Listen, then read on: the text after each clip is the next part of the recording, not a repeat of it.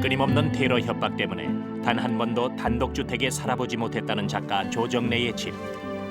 한국문학의 위대한 자긍이자 스스로를 가두었던 글감옥의 문을 열어두고 흰옷 입은 작가 조정래가 무언가를 골똘히 들여다보고 있었다. 소설 태백산맥을 쓴 이후로 그에게 가해진 쓰라린 상처의 기록들이었다. 이게 무슨 자료입니까? 이게 제가 태백산맥이 고발당해가지고 그 고발자들이 11년 동안 저를 괴롭힌 그 여러 가지 자료들이 지금 합해져 있습니다. 이걸 지금 분류하고 있는 거죠. 오늘 대담에서 필요한 자료는 뭐예요? 이게 절대적으로 필요한 거죠. 그러니까 일반인들은 전혀 접할 수 없었고, 그리고 저만 당하면서 11년 동안 묵혀놨던 것들인데 오늘 비로소 일반인들에게 공개가 되는 아주 희귀하고 귀중한 자료라고 할 수 있습니다. 오늘 대담이 기대가 되는데요. 예. 제가 그동안에 이제 묵혀놨던 이야기, 가슴에 맺혔던 이야기, 그것들을 오늘 시청자들에게 편안하게 말씀드리고자 합니다. 서울 맺혀있던 얘기를 다 털어놓고 싶다는 작가 조정래. 그가 내려놓지 못한 채 들여다보는 통지서 하나가 있었다. 이 종이 한 장을 받자고 11년 동안 매를 먹은 거예요. 예, 국가보안법 위반 찬양 고무 혐의 없음. 사자 명예훼손 혐의 없음. 이 조녀는 4월 1일자로 저한테 말씀했습니다. 그러니까 대한민국 최장기 미제 사건. 조정래와 태백산맥을 구속하라는 고발 사건에 대해 11년 만에야 검찰이 무혐의 결정을 내린 것이었다. 이때 받으셨을 때 기분이 어떠셨어요? 이걸 받을 때는 이미 알고 신문에 다 인터뷰를 했기 때문에 이걸 받으니까 웃음밖에 안 나와요. 다 알고 있었기 때문에. 이건 아무 의미가 없었어요. 그래서 이걸 전시할 때 해설을 이렇게 썼어요. 이 한 장의 종이의 의미. 독자들이 보면 나머지 다 당신들이 생각하라 하는 거죠. 11년 세월을 넘어 날아온 무혐의 통지서의 의미. 그 세월 넘어 작가가 살아온 시대, 작가가 그려온 시대의 의미를 담아내기 위한 준비가 마무리될 무렵 조정래의 집 앞으로 오늘의 대담자인 서울대 국문학과 권영민 교수의 모습이 보였다. 권 교수님이시죠? 예. 예. 오늘 조정민 선생님 대담하러 오셨는데 예, 그렇습니다. 예. 기분이 어떠십니까? 소설 태백산맥이 80년대 문단의 현장 한복판에 있었는데 지금 보면서 생각이 이게 태백산맥이 이제 역사가 됐구나. 아주 중요한 역사가 됐구나 이런 생각을 하면서 왔습니다. 이 소설이 처음 시작된 게 1983년이고 그러니까 벌써 20년이 넘었죠. 또 작가 조정래 선생에게 있어서는 문학적 생애의 한 획을 걷는 그런 아주 중요한 작품인데다가 특히 우리 문학사에서도 우리 한국의 역사, 특히 현대사의 그 경랑의 과정에서 이른바 민주화라고 하는 그런 그 거센 변화의 물결이 있었는데 그런 물결의 맨 앞에 이 작품이 서 있었단 말이에요. 그래서 지금까지 쭉 그 물결을 이끌어 왔다 난 이렇게 생각을 하는데 그런 면에서도 태백산맥이라는 이 작품이 이제는 한국의 거대한 역사의 흐름의 한복판에 자리하게 됐구나 이런 생각을 합니다. 여기 선생님 댁은 가끔 오십니까? 한 2번 와봤어요. 예. 처음에 이사 오셨을 때.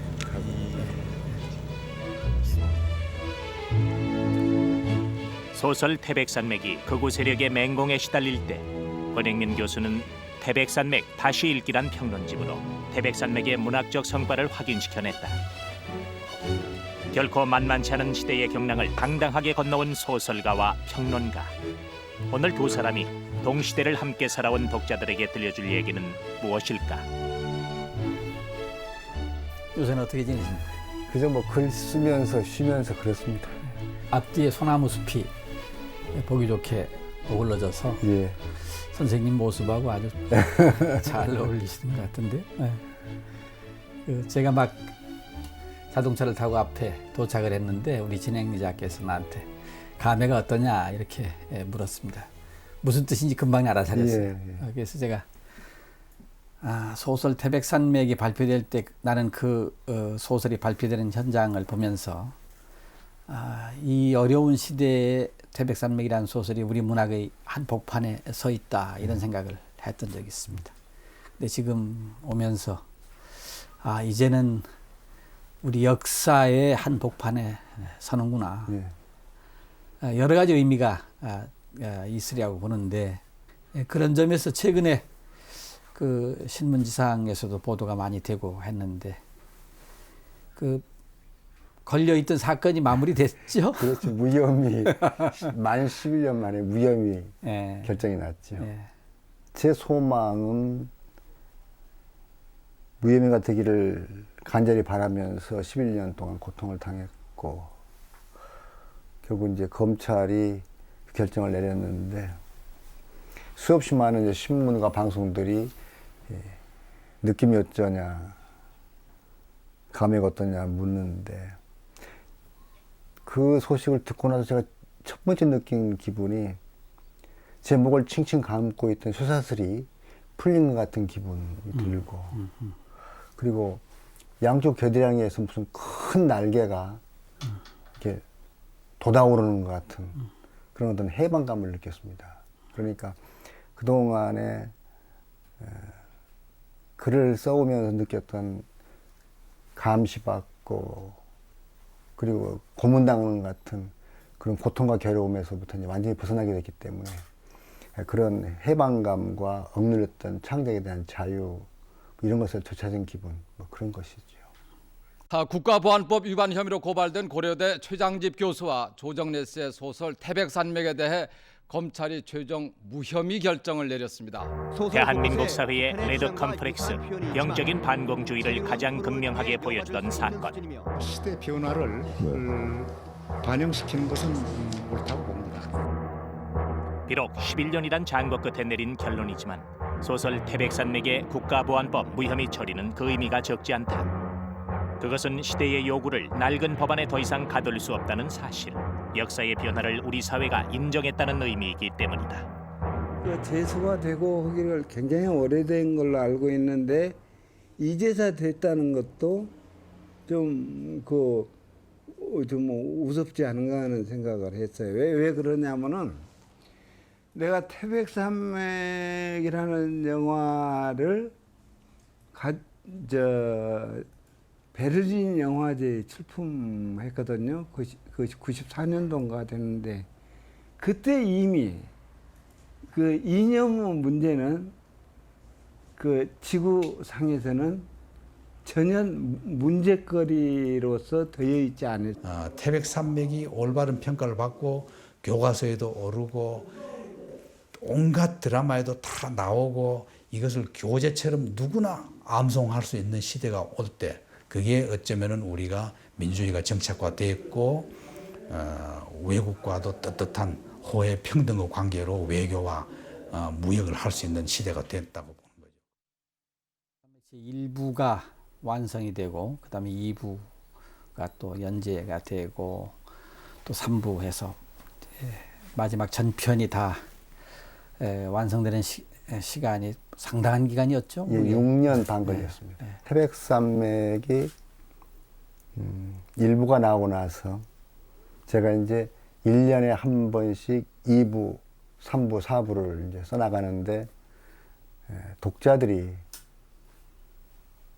뭐 사흘거리 한 번씩 전화를 걸어가지고 뭐 하고 있냐, 빨리 쓰지 왜 게으름 피우냐, 또 출판사로 전화해서 빨리 써라. 작가로서는 굉장히 고무적이고 감사한 반응이죠. 근데 그것이 고맙기만 한 게 아니라 이제 저한테 억압이 되고 더 잘 써야 되겠다 하는 긴장을 하게 하고. 그런데 한 가지 문제는 이제 그때 운동권이 이제 격렬하게 운동하면서 87년 6.29 선언까지 이제 끌어내고 그런 상황이에요. 태백산맥은 온 국토가 매캐한 최루가스로 뒤덮이던 80년대에 태어난 소설이었다. 만큼 암담했던 1년이라는 상황을 돌아볼 때 6.29 선언은 시대의 부름과 국민의 뜻에 따른 역사의 순택이 5.18에서 60 항쟁으로 이어지던 민주화의 열망 한가운데 소설 태백산맥이 있었던 것이다. 적어도 80년대에 넘어오면서 새로운 현실 문제에 대해서 눈을 뜨기 시작했습니다. 과연 미국이 누구인가? 역대 군사 독재 정권의 실체가 무엇인가? 이런 문제를 종합적으로 보게 됐습니다. 그런 속에서 태백산맥이 나왔던 것이고, 난 작가 조정래를 뭐 좋아하고 나쁘냐 개인 차원이 아니라 그런 금기를 상당한 부분 깼다는 것이죠. 사회학을 전공하는 이제 서울대, 고대 뭐 이런 대학들을 학생들이 찾아와가지고 보다 더 강력하게 써라. 노골적으로 그렇게 이야기를, 뭘 어떻게 강력하게 쓰란 말이냐. 그러니까 좌파에 대해서 더 해야 되는데 김범수 같은 사람들이 나타나가지고 그 의미를 희석시키고 있다. 그래서 제가 웃으면서 작가라는 것은 어느 어떤 편을 드는 사람이 아니다. 객관적인 역사의 토대 위에서 진실을 밝혀내는 것이 목적이지 어느 부분을 크게 쓰고 작게 쓰고 이런 식으로 당신들이 요구를 한다면 이건 소설이 될 수가 없는 것이니까 간섭하지 마라. 이제 그랬는데 87년쯤 돼서 2부가 나올 때쯤 해서 이제 KBS에서 저를 30분 정도를 이렇게 특집을 해서 낸 적이 있습니다. 근데 그 사람들이 말썽이 돼가지고 이런 작가를 어떻게 할 수 있냐 해서 PD가 청와대로 불려가서 심할서를 쓰고 나머지 스태프들이 대여섯 명이 한직으로 밀려가 버리는 사건이 벌어졌습니다. 이런 건 신문에 한 대도 안 나는 것이죠. 전두환 정권 체제였기 때문에. 그리고 났는데 그 다음에 닥쳐오는 게 이제 우익이라고 하는 사람들이 이제 공갈 협박이 자행이 되고 이제 그런 속에서 요즘 말로 하면 스트레스를 엄청나게 받고 그리고 이제 치안본부와 종로서에서 제 담당이 하나 만들어져 가지고 한 달에 한 번씩 이제 꼭 찾아와 가지고 이번 달에 뭘 썼냐 원고 보자 뭐 이런 식으로 이제 압력을 노골적으로 가하고 그런 속에서 과연 내가 쓰고 있는 것이 옳은 것인가 이대로 써 가야 할 것인가 그런 위협을 느끼는데 밤 2, 3시면 계속해서 이제 공갈 협박, 너 죽인다, 뭐 지금 집 폭파된다 이런 식의 이야기 또 심지어는 너희 아들이 어느 대학 다니는지 알고 있다 뭐 이런 식으로 하니까 온몸에 소름 끼치고 그 어려운 고비들을 넘어가는데 정권이 바뀌어서 노태우 정권이 됐는데 1991년에 대검찰청에서 이제 수사 발표를 했습니다. 근데 그 전에 저를 아는 사람들이 국회의원, 선배 국회의원, 또 선배 또 뭐 관리 이런 사람들이 조심해야 된다. 지금 대한민국 수사기관들이 총동원돼서 내사를 하고 있다. 심지어 국회 문공분과위원회에서 조정래를 체포해야 한다는 결의안을 하자는 말까지 나오고 있다. 그러니 조심하라. 네가 지금 젊은 세대들한테 운동권한테 인기가 있을지 모르나 거기에 휘말리면 갈 길은 감옥밖에 없다. 뭐 이런 식으로 충고를 해준 상황이었습니다. 그리고 심지어는 제가 중경고등학교에 1년 근무했었는데 그 중경고등학교가 박정희 대통령이 군인들이 하도 전출을 많이 다니니까 자식들 공부가 안 돼서 그 자식들을 이제 공부시키기 위해서 특별히 만든 대학입니다. 고등학교. 제가 그 1년 근무를 했는데 그때 그 가르친 애들이 보안사에 2명이 근무를 했답니다. 중령으로. 중령이면 실무자지요. 거기서 이제 보안사에서 또 조정래를 잡아들이자 하니까 그 두 제자가 나서가지고 절대 안 된다. 이분 그런 분 아니다. 우리가 배워봤지만은 철저하게 애국자고 민족의식이 강한 분이기 때문에 절대 안 되는 것이다. 소설도 안 끝났는데 이게 무슨 소리냐. 이렇게 이제 했다는 이야기를 그 후에 듣고 그러면서 이제 국가보안법 위반 문제까지 연결되는 그런 험한 세상을 살았습니다. 소설 태백산맥에 가해진 공권력의 억압과 극우 세력의 협박을 확인해 볼 수 있는 사건들이 영화 태백산맥의 제작 과정에서 생겨난다. 민주사회에서 결코 있을 수 없는 창작 방해 사건이 자행된 것이다. 나는 우리 가족사 자체가 이제 자의적 문제로 굉장히 좀 고단한 세월을 살아낸 사람이기 때문에 내가 언젠가는 그 시대를 반드시 영화로 다루려니 했었단 말이에요. 그때가 아마 노태우 정권 말엽일 거예요. 그러니까 뭐 강력하게. 그래서 마침 그 중간에 섰던 분이 뭐 정부 관련돼 사무실 찾아왔어요. 여름인데. 그래서 나는 뭐 말을 뭐 험하게 하는 사람이니까 내가 하면 어떡할래 그랬어. 뭐 하면 죽인다 이거. 어떻게 죽이는 거냐? 뭐 모든 공권력을 다 동원해서 회의를 3번 4번 했다 이거예요. 그러니까 이 정권에서는 안 되니까 줘보라. 공권력을 동원해 영화사를 죽이겠다는 노태우 정권의 협박 때문에 영화 태백산맥은 다음 정권인 김영삼 정권에서야 제작에 들어간다. 여군은 벌써 분당 동지들이 장악을 했구만요. 그러니까 할 수만 있다면 염상일 돕겠다는 거야? 하지만 심의를 거친 영화를 상영하는 과정에도 문제가 생긴다. 내용 증명 형식으로 전국 극장연합회와 태흥영화사에 보내진 편지. 그것은 법 테두리를 벗어난 비이성적인 협박 그 자체였다. 이름 있는 영화사에 가해진 폭력이 이 정도였으니 힘없는 작가 개인에게 가해진 폭력의 수위는 어느 정도였을까? 제가 1992년부터 95년까지 미국의 버클리 대학에 교환 교수로 가했을 때 이제 그런 상황의 변화가 국내에서 일어나고 있었고 그 무렵에 소설 태백산맥이 임권택 감독에 의해서 영화화 됐는데 제가 외국에서 그런 기사를 봤는데 영화 촬영도 뭐 처음에는 방해가 됐고 나중에 완성이 된 다음에는 극장 상영을 방해했던 일들이 생기고 그래서 이건 역사가 흐르는 그 흐름이라든지 시대의 변화라든지 하는 거하고 전혀 맞지 않는 그런 그 제동이 폭력적으로 가해지는 거다. 이런 생각을 했던 적이 있습니다. 제가 그때 이 태백산맥 다시 읽기라는 책을 그렇죠. 거기서 집필했던 적이 있었는데 그런 과정을 좀 한번 말씀을 해주시겠습니까? 예, 그때 제가 고발을 당해서 수사를 받는 그 동안에도 이제 계속 밤에 12시 넘어서 이제 공갈 협박을 하고 대낮에도 또 하고 뭐 이래서 이제 끝내 죽이고 말 테니까 안심하자 말하는 말까지 하니까 나 이러다가 언제 죽을지 모르겠다. 단순 교통사고로 위장할 수도 있고 단순 강도로 위장할 수도 있고 뭐 다른 사건 얼마든지 많지 않겠습니까? 또 등산하다가 또 누가 밀어버리면 죽어버릴 수도 있는 거고. 그래서 1994년 7월 12일 날 제가 유서를 썼습니다. 유서를. 그렇게 억울하게 죽어버리고 나면 이게 말이 안 된다.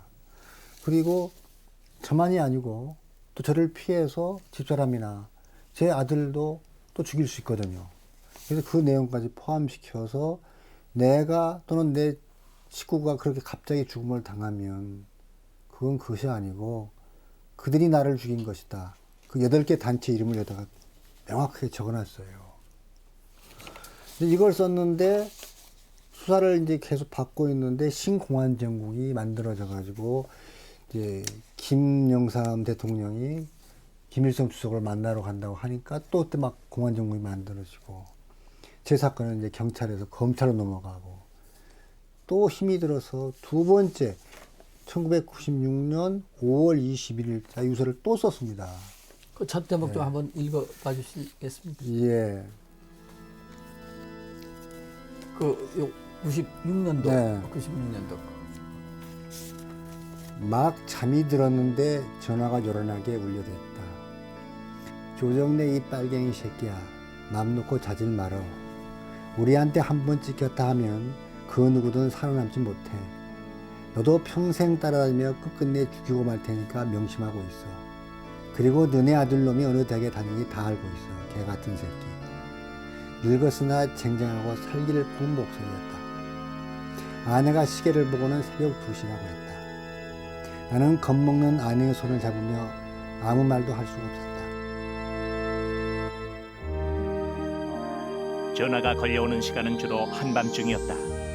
하루 16시간의 고단한 근로동, 체력의 한계, 인내력의 한계를 넘나들며 소설을 써내려가는 작가에게 소설과의 싸움보다 더 끔찍한 일은 얼굴을 감춘 협박자의 목소리였다. 이 빨갱이 새끼야, 속 편하게 잠이 오냐? 너 오늘 밤에 당장 퇴직이 돼 있어. 얘만 죽는 게 아니야. 너희 식구 전부가 몰살당할 거야. 이게 공갈인 줄 아냐? 너 같은 놈은 꼭 없애고 말 거야. 소설을 써야 할 시간, 작가는 유서를 썼다. 나는 6개월 전에 영동 방사선과에서 건강 진단을 받아 아무 이상이 없었다. 그러니 내가 갑자기 죽게 되면 그것은 곧 협박자들의 소행일 것이란 내용. 소설을 쓰기 위해 유서를 써야 했던 불행한 시대를 작가 조정래는 견뎌온 것이다. 이렇게 심한 이 탄압과 감시와 협박을 받은 예는 아마 제가 알기로도 세계문학사에서 없을 겁니다. 예, 드물어요. 심지어는 사회주의 국가의 작가들에게도 이렇게 심한 솔제니찐도 이렇게는 당하지 않았다고 생각해요. 91년 제가 미국 떠나기 바로 직전이었던 것 같은데 그때 저한테 치안 당국의 조정래 태백산맥 담당자라고 하는 사람이 전화를 저한테도 한 적이 있습니다. 처음에는 제게 권영민 교수는 국립서울대학교의 교수고 국립서울대학 교수는 공무원이다. 그런데 대한민국의 체제를 부정하고 공산주의를 이렇게 찬양하는 소설을 잘 됐다고 얘기하는 이유가 뭐냐? 저한테 그렇게 전화를 한번 한 적이 있었어요. 그래서 제가 웃으면서 대한민국의 그 치안당국의 당국자가 대학 교수의 연구실에 전화하면서 자기 직책과 자기 직급과 성함을 대지 않고 이런 식으로 얘기하는 사람이 있느냐? 전화를 당신 끊으시오. 그랬더니 자기들은 그 직무상 이름을 댈 수 없다는 거예요. 그래서 그러면 단 얘기할 수 없다. 그렇죠. 자기들 편의주의죠. 그래서 태백산맥이 정치적인 그런 회오리에 몰리기 시작하면서 제가 안타깝게 생각했던 것은 한국 사회가 지금 한참 대내적으로 거대한 개방화, 민주화의 바람을 불러일으키면서 변화하고 있는데 그 변화의 앞에 태백산맥이라는 거대한 작품이 있고 우리 문학이 그런 작품을 가졌다는 것 하나로만 해도 자존심 세울 수 있는 그런 일인데 왜 그런 역사와 시대의 변화에 반하는 그런 억압과 제재를 계속 하려고 했을까? 이런 게 상당히 사실은 궁금했었어요. 1987년, 8년 그때부터 이제 모든 수사기관들이 저를 조사한다는 정보를 가지고 있었고, 그리고 1991년에 대검찰청에서 내사 결과를 공포를 했습니다. 공개적으로. 그래서 이건 분명히 이적성이 있지만 그 당시에 이미 350만 부 이상 팔려서 독자를 만나버렸으니 이제 와서 이것을 문제 삼다는 것은 바람직하지가 않다. 그래서 문제 삼지 않겠다. 그리고 단서가 붙어 있습니다. 일반인들이 교양으로 읽으면 괜찮지만 노동자나 학생들이 읽으면 이적 표현물 탐독죄로 위법 조치한다고 되어 있습니다. 이 말을 다시 바꾸면 대학생을 둔 어머니가 안방에서 읽으면 괜찮고 건넌방에서 아들이 읽으면 위법 조치하겠다는 이야기가 됩니다. 그래서 이제 그때 많은 언론 칼럼 이런 데서 이제 비아냥도 받고 비웃음도 당했고 뭐 이랬습니다. 저는 그것으로 끝날 줄 알았습니다. 그랬는데 영화가 만들어진다고 하니까 그걸 계기로 영화까지 만들어? 그건 안 되지. 이렇게 해서 이제 고발자들이 형성이 되고 그들이 조직을 만들고 이렇게 해서 1994년 4월에 정식 고소고발을 해버린 것입니다. 이제 그 고소고발 사태의 그 이제 고발장이 바로 이제 이겁니다. 이건데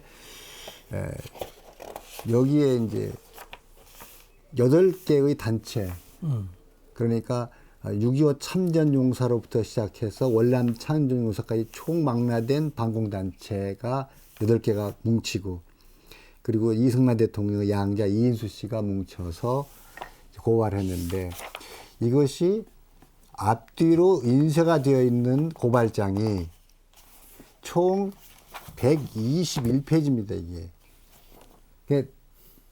검찰 쪽 이야기를 들었더니 검찰 고발장 중에서 역사 이후에 제일 긴 고발장이라고 합니다. 여기에 기록되어 있는 저를 이제 빨갱이 혐의, 국가보안 위반 혐의로 지적한 게 약 500개 정도의 항목이 나옵니다. 이 항목대로 이제 수사를 받은 거지. 일개 소설이 500개 항목에 걸쳐 수사를 받았다는 사실도 우리 역사만의 비극 일터. 이는 조정래가 태백산맥 속에 그려낸 비극과 무관하지 않다. 83년 현대문학의 소설이 연재되기 이전의 분단 얘기란 가족사의 비극에서 머무는 수준이었다. 하지만 조정래는 시대의 금기를 단숨에 뛰어넘는다. 소설 태백산맥이 독자들의 뜨거운 호응을 얻었던 것도 식민 시대부터 분단까지의 민족사를 보다 객관적으로 그려냈기 때문인데, 태백산맥과 작가를 구속하라고 주장해온 이들은 조정래가 공산혁명을 찬양했다. 이적 행위를 했다고 주장한다. 과거사 청산과 국가보안법 철폐에 반대해온 고발자 단체는 태백산맥의 국가보안법 무혐의 처리에 대해서도 이미 항소 신청을 한 상태다. 우익은 아무리 잘못해도 무조건 옳다, 좌익은 아무리 잘해도 무조건 나쁘다 하는 것이 기본 잣대입니다. 그런데 이 책을 보면은 그게 아니에요. 양쪽의 공평한 입장에서 다루려고 노력했습니다. 그런데 이것을 잘 모르는 사람들은 이 접해보면은 마치 좌익을 편드는 것처럼 이렇게 쓰여 있어요. 그러니까 여기에 이제 극우 단체라든지 극우 인사들은 상당히 놀랬겠죠. 자기들은 뭐 사람을 죽여도 괜찮고 재산을 몰수해도 괜찮고 이런 식이었다가 이걸 아니다고 중간 입장에서 양쪽을 다 골고루 다루니까 아마 충격을 받기는 받았을 거예요. 그러나 역사를 무지한 사람들, 또 반공 이래 오르기를 모든 인간 가치의 기준으로 삼는 사람들의 그 눈이고 잣대입니다. 여기에 가세한 것이 극우 언론이었다. 태백산맥과 조정래를 구속하라. 한국론단과 월간조선은 특집 기획으로 태백산맥을 다뤘다. 작가와 영화감독의 불행한 가족사까지 들춰가며 때론 개인에 대한 비난으로, 때론 소설을 토막토막 자른 다음 문학적 잣대가 아닌 반공이라는 칼로 난도질한 것이다. 그런 많은 사회단체 조직들이 집단적으로 이 작품에 매달렸던 것은 아마 그 한국 사회가 가는 그런 개방화 또는 민주화 추세의 거세한 물결 자체가 오히려 이제 더 큰 위기라고 생각들을 했을 가능성도 있겠죠. 뭐 가장 긴 고발장이라고 했는데 사실은 가장 긴 소설이니까 거기에 맞춰서 그렇죠. 아마 내용도 그렇게 하지 않으면 안 됐으리라고 보는데, 그런 그 고발 내용들에 대해서는 선생님 개인적으로 어떤 생각을 하셨어요? 근데 이제 제가 이 고발장을 받아가지고 소름이 끼친 그런 감성 속에 계속 이제 읽어보니까 작가 입장에서 볼 때 전부 생트집이죠. 생트집이고 엄연한 사실, 제가 취재한 게 아니라 소년 시절에 겪었던 사실조차도 이들은 사실무근이다, 그러므로 적을 이롭게 하고 빨갱이다, 뭐 이런 식으로 몰고 가는 겁니다. 이제 그래서 너무 어이가 없어서 말 대꾸를 할 수도 없는 상황이라는 생각을 들었고, 결국 경찰들은 자기들 지금 수사를 하고 있는 자기들 당사자들이 당하고 있는 것이라고 생각을 하더군요.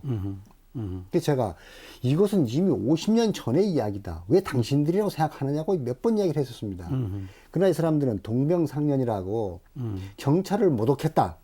이런 식으로 접근을 하기 때문에 수사가 안 되는 거지요. 무조건 너는 빨갱이야. 감옥살이 해야 돼. 그런 논법으로 이야기를 하는 겁니다. 그래서 제가 이제 그래서 수사 거부를 했던 것이고, 검찰에서는 그나마 좀 이성적으로 객관적으로 보려고 노력을 하고 뭐 그런 식으로 이야기를 했었는데, 그리고 그들이 120가지의 500가지의 고발장을 만들면서 독서를 참 열심히 했다고 봐야죠. 이만큼 독서 열심히 하신 분들 없고, 그들은 노고를 취하는 바이지만 전혀 동의할 수 없고, 그들이 사실 무근이라고 하는 것에 대해서 100% 제가 자료를 제출했기 때문에 검찰에서도 그 자료를 믿고 무혐의 결정을 내린 것이라고 봅니다. 그 태백산맥의 그 독자들이 층이 아주 두텁고, 특히 젊은 독자들이 많이 이 작품을 보았는데, 그 반대편에 서 있던 사람들까지 그렇게 꼼꼼하게 작품을 쭉 읽어 줬다고 한다면은 그 자체가 태백산맥의 문제성을 그대로 말해주는 것이고, 예. 태백산맥이 참 많은 독자들을 끌어안고 있었구나, 이런 예. 생각을 역설적으로 예. 이제 하게도 되네요. 제가 이게 경찰의 조사를 받으려고 그 박종철이를 죽였던 남영동 분실에 이제 끌려갔는데요.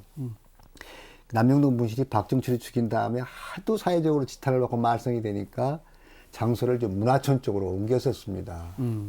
이제 가니까 수사기관이라는 표시도 없이 무슨 회사 이름을 갖다 붙여놨었어요. 뭐 수사기관의 존재를 감추기 위해서 당연히 할 수 있지요. 근데 들어가 보니까 그 책꽂이에 태백산맥이 세질이 꽂혀 있었습니다. 그래서 속으로, 이야, 너희들이 내 인세를 보태줬구나. 고맙다. 그런 생각했었습니다. 근데 제 생각엔요, 이 사람들이 전쟁의 상처를 입고 자기들 개인적으로 또 동지가 죽고 전우가 죽고 집안에 무슨 빨치산 또는 좌익에 의해서 처단당하고 그런 상처가 있을 수 있습니다. 그렇죠. 근데 이 사람들의 감정을 충분히 이해는 합니다. 근데 더 문제는 이 사람들이 고발을 하는 걸 계기로 이제 언론이 부안해동해서 가치초를 빨갱이로 몰아버리는 특집을 하고, 이런 것들은 도저히 이해를 할 수가 없습니다. 반공주의를 자기들이 아무리 사실로 내세웠다 하더라도 언론이란다면 최소한의 예의와 최소한의 사명감이 있을 텐데, 어떻게 작가가 구렁텅이로 들어가는데 그걸 더 떠밀어서 휘발유 불길수로 들어가는데 거기다 휘발유를 더 끼얹어서 이놈 죽여라 할 수 있는지. 그것이 대표적인 것이 이제 조선일보에서 그렇게 했었는데요. 이게 이제 월간 조선기에 1994년 5월호입니다. 여기에다가 이제 소설 태백산맥 조정래의 현대사 왜곡, 그래서 가로에다 200장, 원고지 200장의 특집을 했습니다.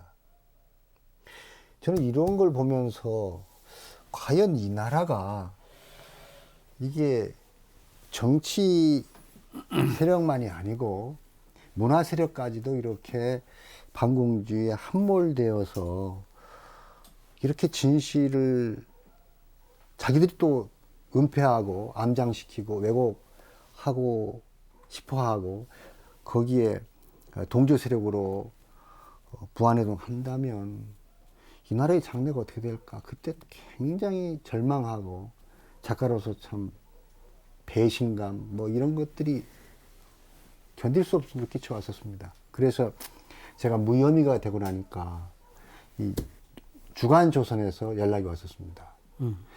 선생님 말씀 단 한 자도 고치지 않고 그대로 낼 거고 몇 페이지가 되도록 상관없으니까 대특집을 할 테니까 하루 인터뷰를 응해달라. 그래서 제가 그랬습니다. 너희들이 월간조선에서 한 일이 있다. 월간조선에서 지금 이미 무혐의가 됐기 때문에 무혐의의 그걸 근거로 정반대 입장에서 200매를 또 특집을 해라. 그러면 그걸 나는 사과로 받아들이고 잘못했다면 하지 않아도 된다. 다시 그것만 한다면 그걸 사과로 받아들이고 내가 너희 인터뷰 응할 수 있다. 너가 다시 월간조선 1994년 5월호를 읽어보고 나한테 전화해라. 그때 전화 안 했습니다. 조선일보에서도 문화부에서 이데올로기를 떠나서 문학성을 강조하는 쪽으로 인터뷰를 전면을 하고 싶습니다. 응해 주십시오. 해서 제가 또 그것도 거부했습니다. 이제는 뭐 선생님이 아량을 베푸실 때가 되셨네. 저는 고발자들은 이제 시간 다 끝났기 때문에 용서를 합니다. 그들의 감정, 그들이 작가적 이성을 갖기를 원하는 것이 잘못된 과욕일 수 있지 않습니까? 그러나 언론이 그러는 것에 대해서는 지금도 쉽게 그렇게 마음이 풀리지가 않고 최소한 월간 조선에서는 200매는 어렵다면 100매래라도 이것이 그런 소설이 아니라는 객관적인 사람들을 동원해서 엮어주어야만 역사의 매듭을 풀어가는데 그들의 잘못을 사회적으로 민족적으로 용서받는 일이 아니겠는가 하는 말을 꼭 하고 싶습니다. 태백산맥을 통해서 선생님께서 말씀하시려고 했던 역사적 진실이라는 게 뭐냐 이런 게 아마 그 일반 독자들한테도 태백산맥이 왜 도대체 그런 엄청난 법망에까지 걸려서 작가가 고초를 당했을까 하고 생각을 할 텐데 역사적 진실이라는 게 작가에게 있어서 뭐라고 얘기하실 수 있으신가요? 지금 평론가들이 수백 명이 지금 평론 작업을 하면서 70년대, 80년대를 거쳐며 그들이 정의 내려놓은 게 있지 않습니까? 한국 문학의 원류와 본류는 분단 문학이다. 그 말을 입증이라도 하듯이 한국 작가들은 그들이 쓴 작품의 60% 정도가 분단을 소재로 했습니다. 근데 거기서 이제 끝난 게 아니고 분단 극복 문학이어야 한다고 또 한 말 진전을 시켰습니다. 그 극복이라는 말이 굉장히 위험한 말이죠. 국가보안법이 있는 체제 내에서는 국가보안법의 제한을 넘어서야 된다는 이야기를 숨겨놓고 있는 것인데 그 말을 못 알아들을 작가는 한 명도 없지요. 이제 그 대목에서 저도 태백산맥을 쓰기 전에 8권의 작품집을 가지고 있지만 또 분단 이야기를 엄청나게 많이 썼지만 계속 미완성이지요. 국가보안법이 허용하는 범위 내에서만 움직이고 있으니까. 공산주의는 무조건 나쁘고 사회주의는 나쁘고 빨치산은 나쁘다는 전제 하에 소설을 쓰고 있으니 이것이 결국은 분단을 획책하고 있는 양쪽 지배 집단에게 묵시적으로 동의하거나 또 묵시가 아니죠. 벌써 언어화 되어버렸다면 이것은 소리 안 나는 소리지요. 그 소리야 시간의 한정이기 때문에 그때 듣고 말하면 끝나지만 문자라고 하는 것은 영혼성을 지니고 가는 거기 때문에 더 무서운 폭력일 수 있습니다.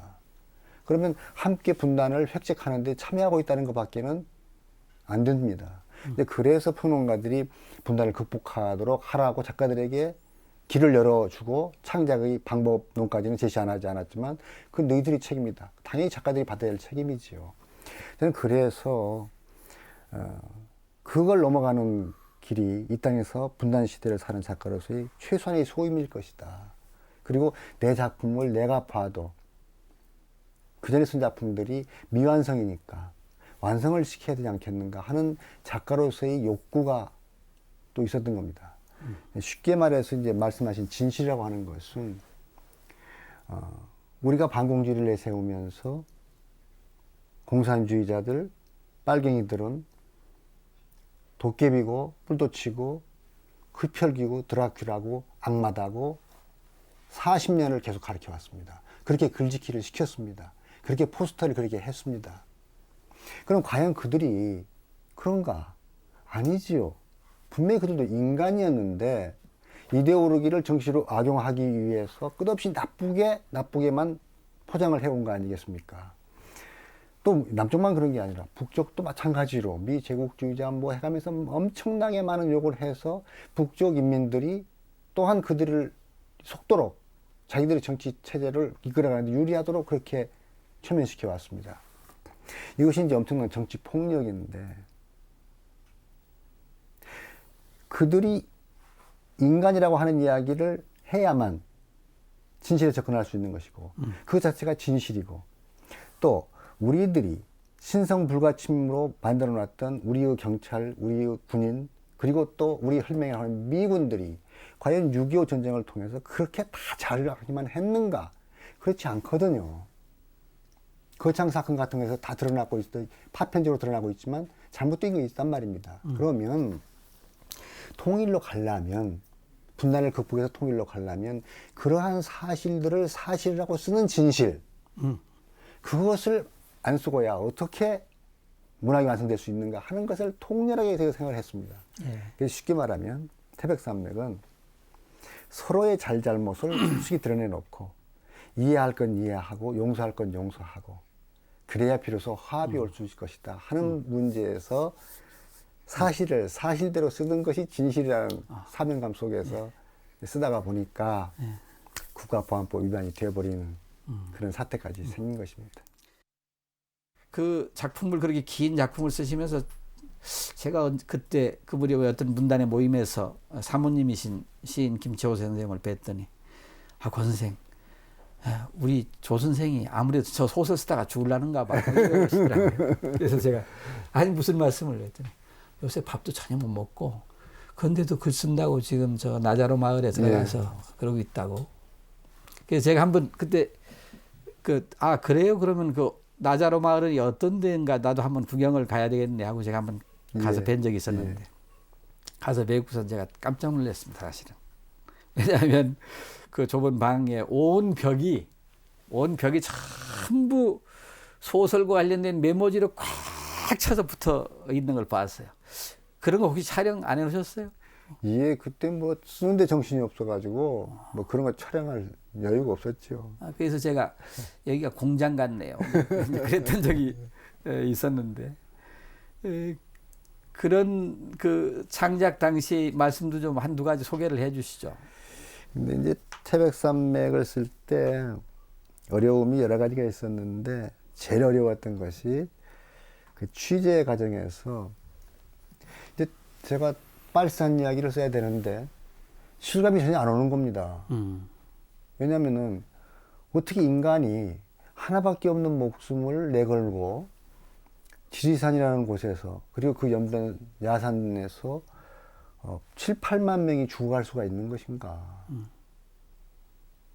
근데 그것이 북쪽과 연결된 것도 아니고 완전히 단절된 포위 상태에서 우리 상식적인 인간들로 볼 때는 가망이 없으면 자수를 하는 것이 당연한 순서 같은데 그들은 끝까지 싸우다가 죽어갔단 말이죠. 이것이 전혀 소설적으로 말하면 리얼리티가 없는 거예요. 실감이 전혀 안 오는 겁니다. 이제 한 안개 속에 갇혀있는 무슨 전설처럼 철화처럼 느껴지고 근데 그걸 실감을 하기 위해서 이제 빨산 투쟁을 한 사람들을 찾아다니는 거죠.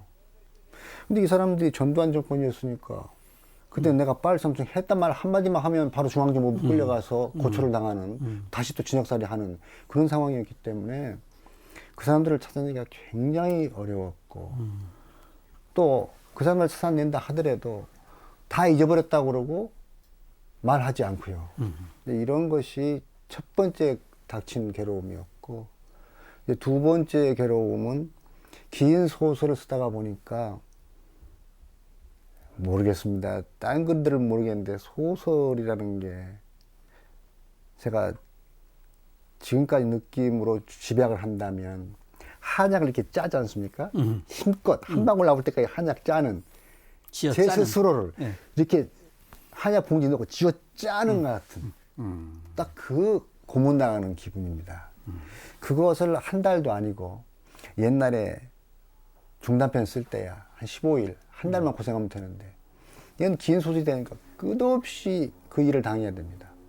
근데 이게 거센 파도가 밀려오는 것 같아요.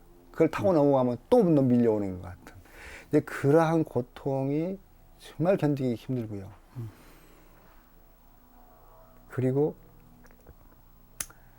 매일 16시간 정도씩을 잠자는 시간만 빼고 나서는 계속 책상에 앉아 쓰는데, 그걸 쓰다 보면 온몸이 이렇게 조각조각 깨지는 것 같은 온몸의 통증이 생기고, 이게 잠자리에 누우면서 내가 내일 아침에 못 깨어나지, 이대로 죽지, 그러한 느낌을 끝없이 받으면서 내 몸이 이렇게 녹아가지고 이렇게 땅속으로 스며들어 버리는 것 같은 그런 엄청난 압력 속에서 이렇게 잠이 아니라 혼수 상태에 빠져버리는 그런 기분으로 노동을 했고, 그리고 이제 태백산맥을 쓰면서 저는 몰랐는데 너무 아까 말씀드렸던 그런 공갈 협박 뭐 이렇게 스트레스를 받으니까 저도 모르게 위궤양이 생겨가지고 얼굴이 새카맣게 타들어가고 변도 막 새카맣게 내추럴이 돼가지고, 그런 것도 위궤양이도 모르면서 계속 그 고통을 겪으면서 태백산맥을 써내놓고 나니까 이제 수사 뭐 고발 막 이렇게 일이 터질 때 집사람이 저한테 하는 말이, 영역은 반반이다. 태백산맥을 써서 영광을 얻었지만 또 이렇게 오는 고통이 있으니까 모든 세상 사는 영역이 반반이니까 참고 견뎌한다. 그 말이 저한테 엄청난 힘이 되었고 집사람한테 참 고맙고 뭐 그랬습니다. 그런 그 외부적인 간섭이나 억압 속에서도 선생님께서 붓을 놓지 않고 오히려 태백산맥보다 더 힘차게 그 뒤에 아리랑 한각을 연속해서 이제 만들어 내시는 걸 보고, 아, 작가가 이렇게 대응을 하는구나.